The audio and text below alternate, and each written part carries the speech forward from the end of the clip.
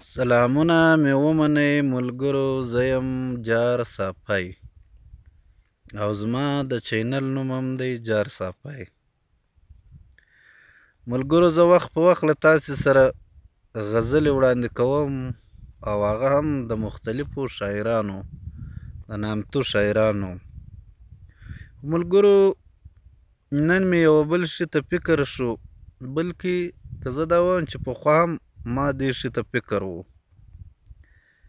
تاسې باید دا زما خبره را سره ومنئ او ما ته کمنټونه وکړئ چې زه څومره صحیح یم. ملګرو، که د دنیا د یوټیوب چینلو ته سر ورښکاره کړئ، نوره دنیا خو هېڅ ته پرېږدئ. که دا زموږ نږدې ګاونډي هېوادونه وي، نو دوی به له انټرنټ څخه یو ښه مثبته ګټه اخیستې وي. مثلا دوی به تا ته زراعت درښیي، دوی به تا ته دا درښیي چې تاسې کومه مځکه لرې، دا څنګه ته آبادولی سې او ته څنګه خپل معیشت اقتصاد مضبوطولی سې. تا ته به دا درښیي چې ډاکټري څنګه ده، استادي څنګه ده. تا ته به مختلف شیان درښیي، تا ته به ساینس درښیي، تا ته به ادبیات درښیي. خو له بده مرغه د پښتنو کوم یوټیوب چینلونه چې دي، نو په دې کې دومره بې ادبي معاف غلط لفظ دی، زه دا کوم بکواسات.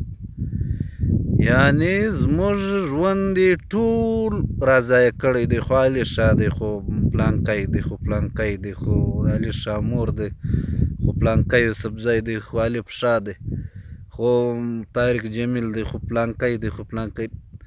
موږ باید له دې کیسو تیر شو. که زه دا درته ووایم چې دا داسې نه ده چې دا فطري طور کېږي، بلکې دا له موږ سره په شعوري توګه کېږي. زموږ د پښتنو افغانانو د دغو سوچونه په بله خوا اړوي. ملګرو، پښتانه افغانان تر ټولو غني دي. یعنې غني ته به دې ورته ویلی شي چې دوی دښتې لري، مځکې لري، دوی غرونه لري، دوی سره زر لري، دوی تیل لري، دوی پټرول لري، دوی ګیس لري، دوی کوله لري، دوی د دنیا معدنیات لري. مګر دوی په خپله خاوره د ساحل صاحب خبره ده چې نهار ګرځېږي.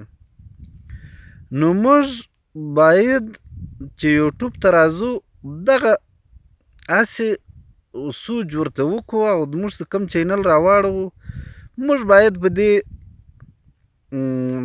وپوهېږو چې آیا دا ماته یو څه ګټه را رسوي، آیا دا یو څه ګټه لري که نه لري. مثلا شاعري ده، شاعري یو که زه دا ووایم چې د ساتیري شی نه دی، په شاعري کې هم ډېر پیغامونه شته.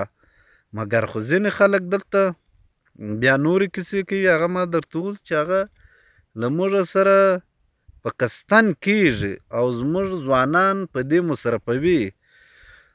موږ باید په خپل معاشره کې وګرځېږو، په خپله ټولنه کې وګرځېږو چې آیا زموږ د وروسته پاتې کېدو علت څه دی. دنیا پرمختګ وکړي، اقتصاد یې برابر کړي، ټکنالوژي جوړه کړه،